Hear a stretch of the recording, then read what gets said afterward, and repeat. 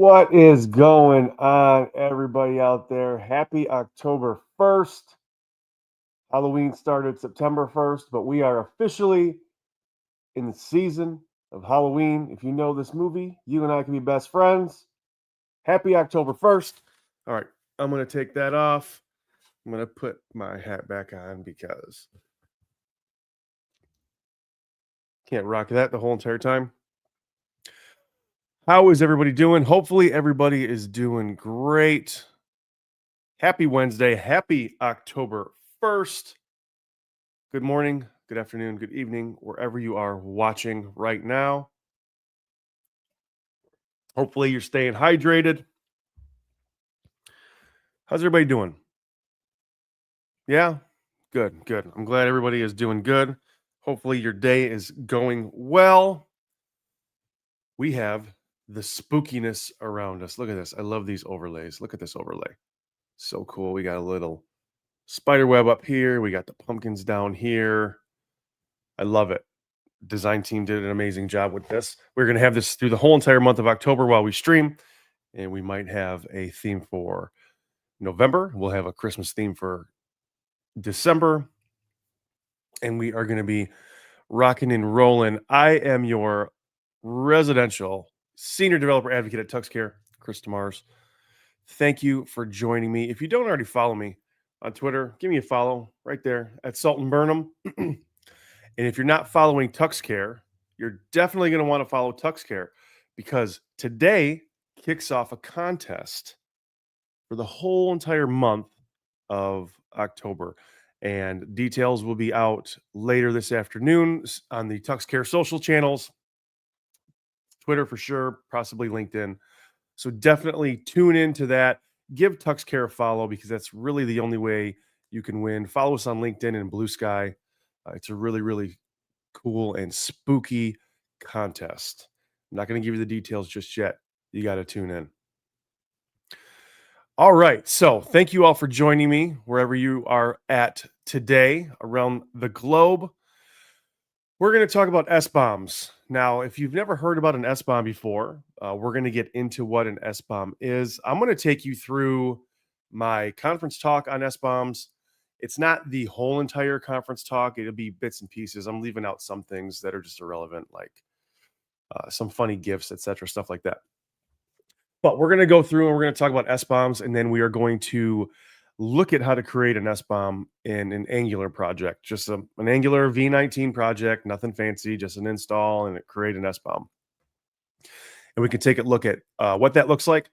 And then we're also going to look at adding a package to that project and then regenerating an SBOM and then finding that in the SBOM so we know that, hey, this artifact was added. We added a package via NPM, and then we can put that into the SBOM when we regenerate that. And then you can have that artifact to do with what as you choose.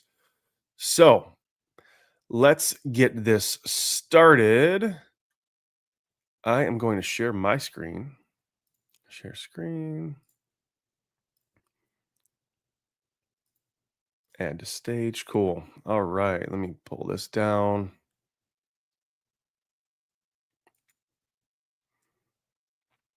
Where's it at? Hey, we're taking our time here. We're taking our time here. This is a fun stream.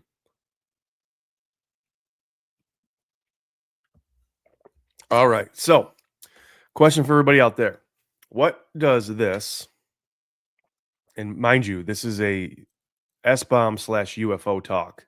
And if you don't believe in UFOs, well, we have some conversations to have. So what does this have to do with this?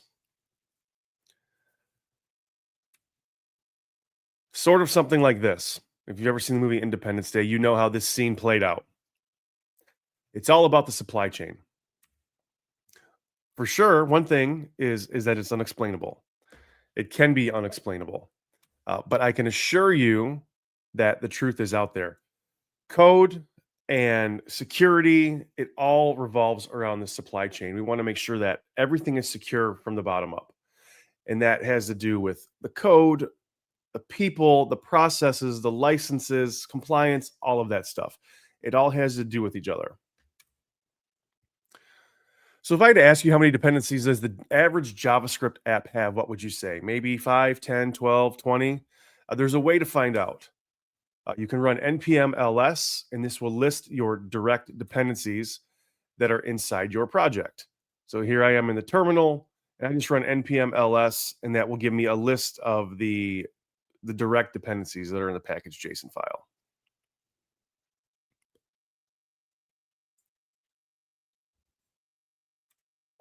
Now, why not list all of them? Why wouldn't you want to list them all? Well, there's a really good reason as to why. It'll overflood or overload the terminal. It's a lot of information for the terminal to handle, but you can do it. I mean, it's possible. And the one way to do that is you run npm ls -all. And by running this, this will give you a list of all your dependencies.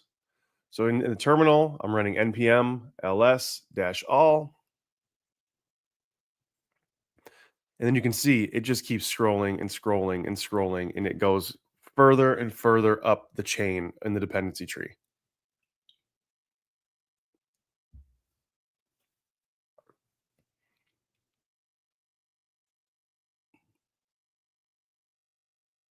There is a lot of stuff in there, stuff that's deduped, et cetera, et cetera.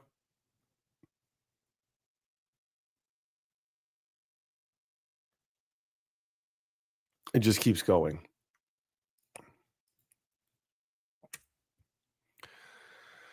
Now, when we talk about dependencies in our dependency tree, we have two different types. We have direct dependencies.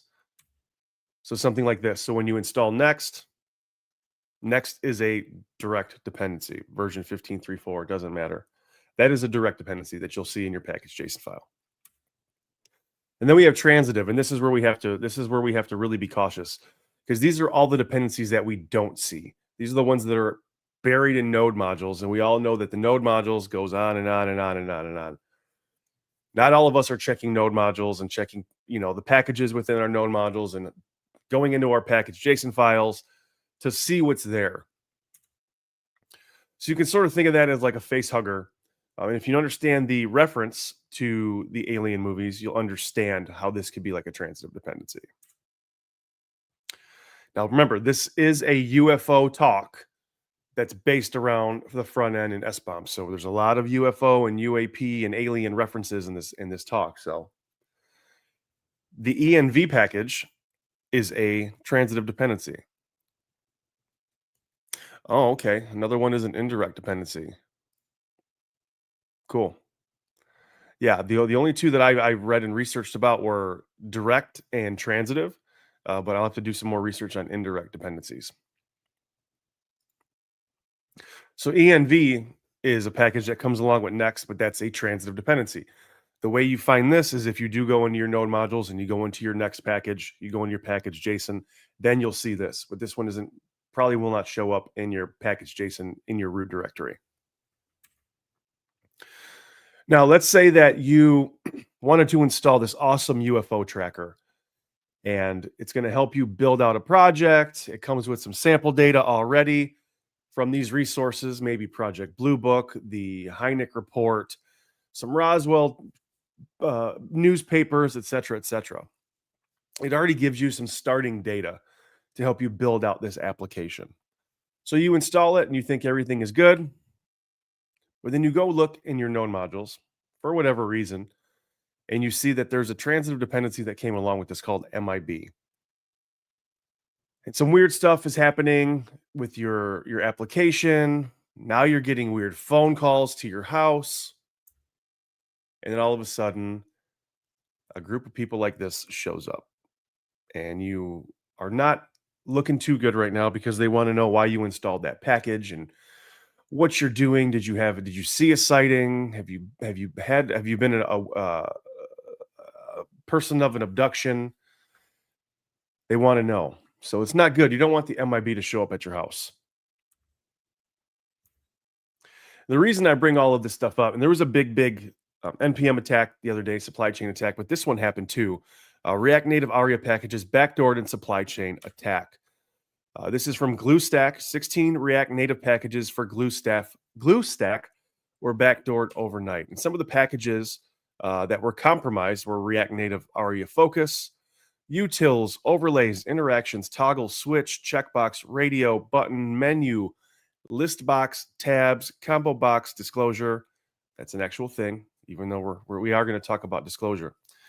Slider and separator, as well as glue stack, UI utils. So all of these packages were compromised by glue stack, which isn't cool. I mean, it's crappy that stuff like that happens, but it does happen, and that's why we really need to be cognizant of what is going into our packages, what we are installing via npm, etc. Across the board. It doesn't matter what it is, and being able to create these SBOMs and have a way to see what is inside our packages.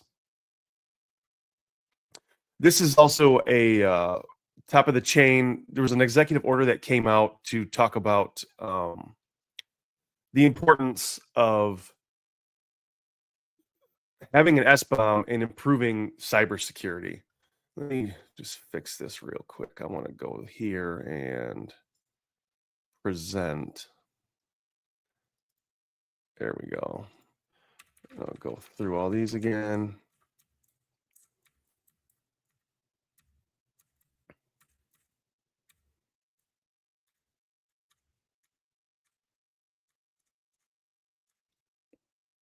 Cool. So yeah, the executive order, I believe it was in 2021 under the administration at that time, and it was a way to make sure that SBOMs are being used to help improve the nation's cybersecurity. So if you ever get a chance to check that out, just Google executive order SBOMs, and you'll be able to read more about that. So that brings us to the topic of the SBOM, right? So bomb, SBOM, what does that mean? So SBOM just stands for a software bill of materials. And the way you can think about that and what it is, it's like a recipe or a shipping manifest or a flight manifest. It's a list of all of the things that go into what you're building. Or like a recipe, it's a list of all of the ingredients that go into the dish that you're making, and then the proper quantities, stuff like that. This is a great quote from Tahir. This is from their Medium blog.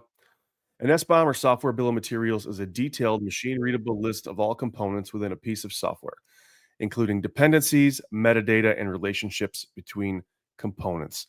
There are a lot of pieces that go together to make up an SBOM, and just the software itself is just a small piece of that. So why do we need it? Well, we need it for transparency, for one. We need to be able to see what's in these packages. We need to be able to work with teams that need to know what's in these packages, like your architecture team and your security team. They should know what is going on within the stuff that you're installing to either build your software and ship it to someone else to use, or to build it so it's consumable by others in the public eye, like just a regular website where you're not selling anything. But if you do have some open source software, or you are selling something and you're giving it to somebody to use, like a UI framework or a JavaScript library, you want to make sure that what's going in there is secure. And for disclosure, just like the UFO disclosure, we need to know. It's just part of the process. I lump, which it should be lumped into, the user experience, accessibility, performance, and security. All three of those are put on the back burner until crap hits the fan. Either, our site's not accessible, or it's loading slow on these devices, or we were cross-site scripted, we had an attack, or something was compromised in a package that we used not knowing. We really need to know what is going on with our software.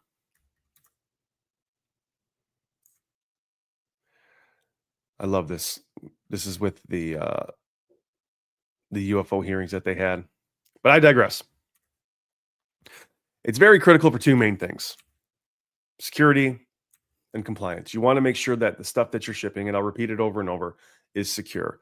And you want to make sure that you are meeting compliance, and it helps with compliance as well, because you don't want to get in trouble for not meeting compliance standards.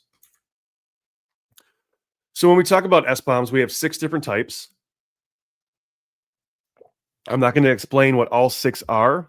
There's resources out there that you can Google. There's also resources for this talk if you want to check that out. So we have a design SBOM, we have a source SBOM, we have a build SBOM, we have an analyzed SBOM, deployed SBOM, and a runtime SBOM. And all 6 of these piece together within the SDLC. Just for an example, like your design SBOM, when you're figuring out what is going to be going into your application, that's when you can come up with a design SBOM.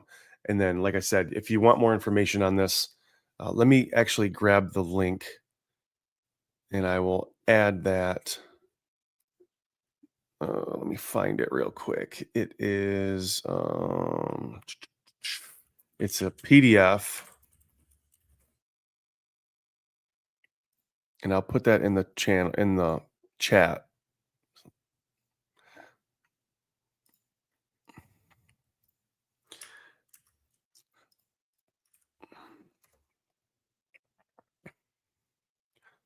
Let that load.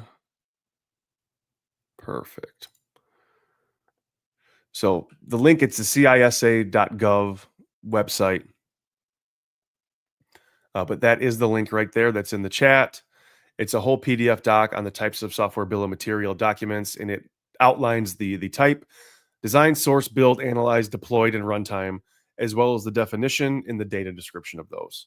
So a lot of great information here. It's 5 pages long, but the first 2 pages are the information that you want. The last 3 are just like about this document and information like that. You're welcome. You're welcome. I'm glad I could share that for you.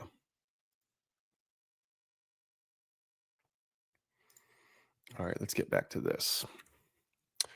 So one thing to keep in mind, it is not a lock or a package file. A lock or a package file is not an SBOM, although an SBOM does use those files to help generate, or that it uses those files to generate the SBOM, but that's not the SBOM itself. So that's just one thing to keep in mind. If you work on the front end, and this might span across the front end, but if you work on the front end, we do have a big problem. And it's called typo squatting. Typo squatting is a thing. Now, typo squatting is also in the realm of domain names, where malicious attackers, they will register a domain name that is close to, but not the same as one that is already established. And you type that in your search bar, your address bar, and it'll take you to a site that maybe looks the same, but there's malicious code there, and it can harm your system. I've been guilty of this. Sometimes I've typed in, github.com and accidentally typed in GutHub because the U and the I are so close together.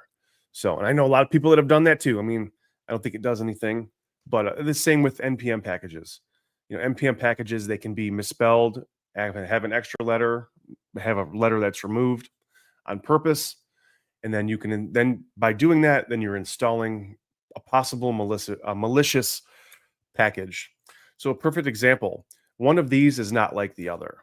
NPMI Express, and then it's hard to see this one down here, but it's NPMI EXPRES. One of them is not like the other. Express above is the one that I want to build out my application. But muscle memory, I know that I need to install NPI Express. I'm not going to copy and paste it from the NPM registry or the Express website. So I might just type NPMI Express and I forget the S and I hit enter. I'm not going to search around for the package because I was told I was installing that in the terminal, and I'm going to be on my way.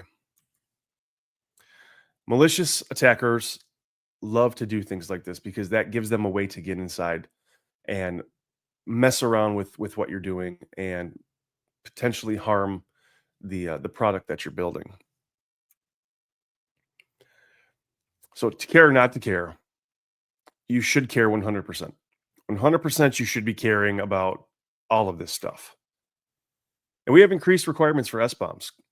Client trust building is a big one. Policy recs, it's a policy to have an SBOM. A process for older solutions. The SBOMs haven't been around forever, and there's still older systems out there, enterprise systems that might not have an SBOM, right? So you need a process for older solutions to create SBOMs, a storage system for SBOMs. And I'm not talking about like a physical file system. I'm talking about a storage system where you can store various SBOMs in some type of artifactory or repo or something that are easily accessible. And that brings me to the next one, accessibility to SBOMs, not in the terms of web accessibility, but in the terms of, hey, a client needs an SBOM for this. We need to be able to provide that to them and make that accessible to them. All right, so we are going to generate some SBOMs. I'm not going to go over the terminal. I'm going to show you how this looks. But the tool we're going to be using, the tool I'm using is Sift. It's made by Anchor. Anchor also makes a tool called Gripe. And I think maybe the next stream, one of the next streams I do, I'm going to show how to use Sift and Gripe together. The recommended way to install Sift is using curl. You can also use brew to install Sift. And we didn't forget about Windows. You can use Chocolatey to also install uh, Sift. And there's also, and I don't have it in here in this slide specifically, but if you are in the Microsoft world and you're kind of embedded in that system and that kind of ecosystem, Microsoft makes a tool. I can pull that up here. Let me get the link for that. SBOM tool.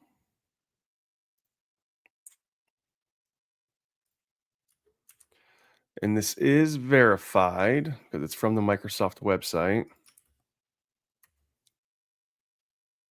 This is their SBOM tool.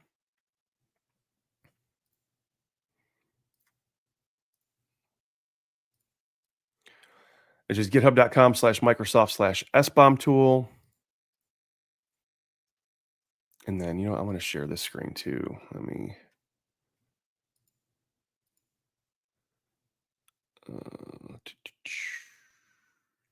going to stop that screen and I'm going to share this screen. There we go. Microsoft open sources its software bill of materials generation tool. Now, this is from 2022, so this has been out for a minute. We are excited, proud to open source our software bill of materials generation tool, a key requirement of the executive order on improving the nation's cybersecurity. That's the executive order that I was talking about earlier. And this is all the information here. So if you just Google Microsoft SBOM tool, I think this is the second or third article that comes up.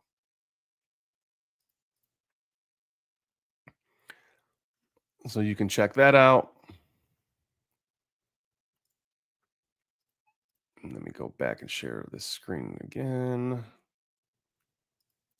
Oops, remove, stop screen, share screen, boom, share. Add to stage. All right. And there's also two popular formats to generate your SBOM. There's SPDX and CycloneDX. So let's generate some SBOMs. So I'm going to open up my code editor here. And I'm going to share this left hand. No, I want the right half. And then we're going to bump up this font. And then remove that. Stop. Share screen. Window. Share. All right. So this is just a regular Angular project. It's using V19. So if we go to package.json, we can see right here, just version 19.2. Just go back to here. And we're going to generate an SBOM. So I'm going to just sift through the current commands that I already have. But this right here, so it's sift. So we're using sift, right? So sift period -o. We're going to generate it using the SPDX format. JSON and all of this stuff. SBOM.json is going to be the name of the file that's generated. You see the source name here and the source version. Sift wants you to pass that in. If you don't, it'll yell at you in the terminal, but it's best practice just to do it. So once we have this all ready to go,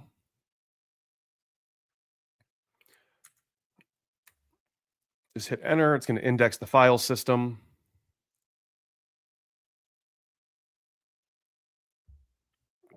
It'll take a second. Cool. And now you can see over here that our SBOM was generated. So if we open that up, it's not very readable. It's machine readable, but it's not very readable to the human eye. And we can scroll, we can scroll, we can scroll. And there's a lot of information in here. But if you want to be able to read this yourself, there's another tool out there, and it's called JQ. And I will put that in the chat. JQ.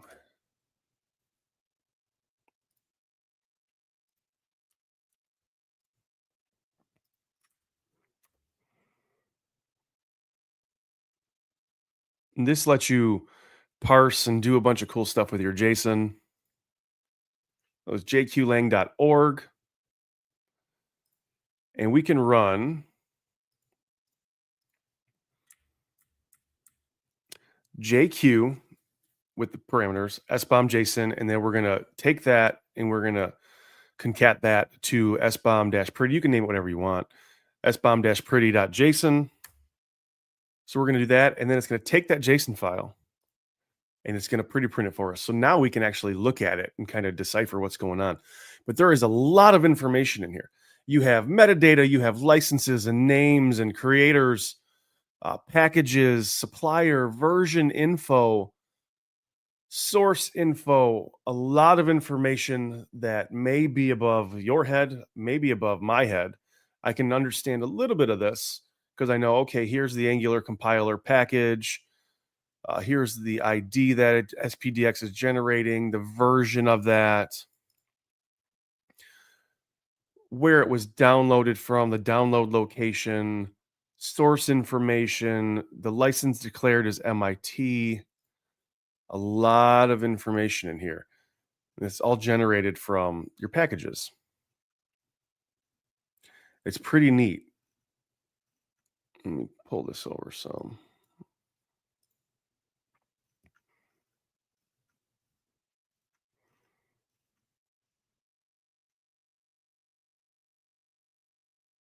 Now,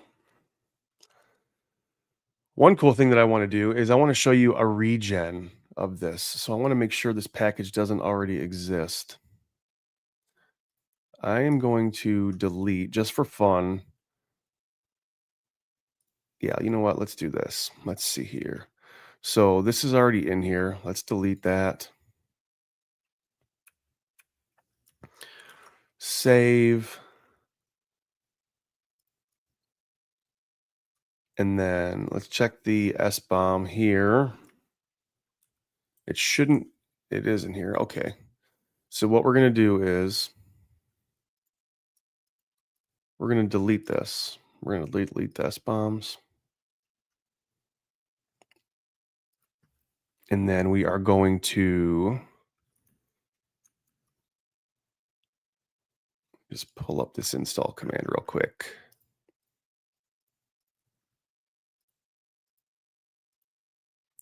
I just got to find it.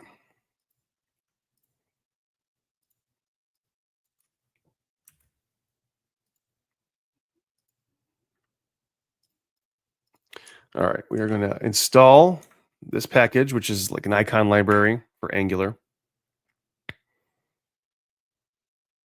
All right, so we can see that it was installed here in our package JSON. Now it was in our SBOM because it was already there, but I deleted the SBOM. So if we were to regen this SBOM, now this package will show up.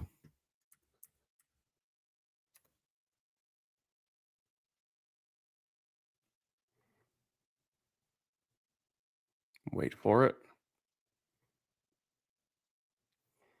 And then we're going to pretty print it.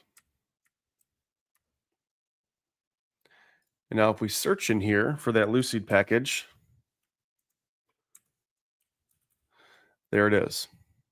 And we know it's that package because it's 0.544, and that's the one that we installed. So it's pretty cool. You can also do all this with a GitHub workflow as well. Maybe the next stream that I do, I'll show how to do a GitHub workflow on that. But let me go back to this screen.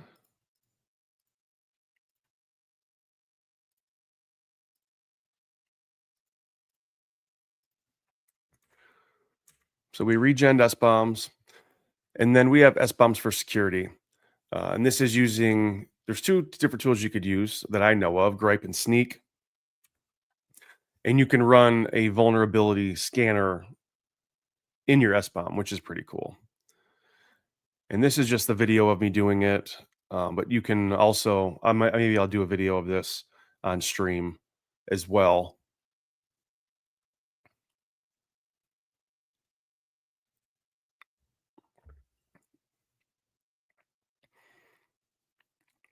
And then it gives you some vulnerabilities.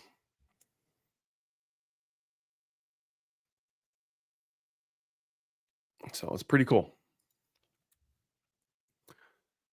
You can do all this, like I said, in a GitHub workflow, generate the SBOM, scan the SBOM, and then scan the SBOM with Gripe when you push to main or like a release branch or a dev branch. So let's do a recap. We're coming up on time. I can't believe the time has went by that fast. Reasons that we need SBOMs: component visibility, knowing what's inside our components, knowing what's inside our packages, so that we can stay secure across the board. Vulnerability management. When you are doing vulnerability scanning for CVEs, having an SBOM will help you understand what packages are there and what packages are possibly compromised. That way you can go through and then patch them. Supply chain security is a big one. That's what that Independence Day gift was all about. The supply chain. We want to make sure that we're securing the supply chain across the board. And there's a bunch of different things that are a part of that. Licenses, people, software, process, all of that goes into supply chain security. Collaboration is another one. Being able to work with teams and clients and vendors around the packages and the SBOMs that you are generating.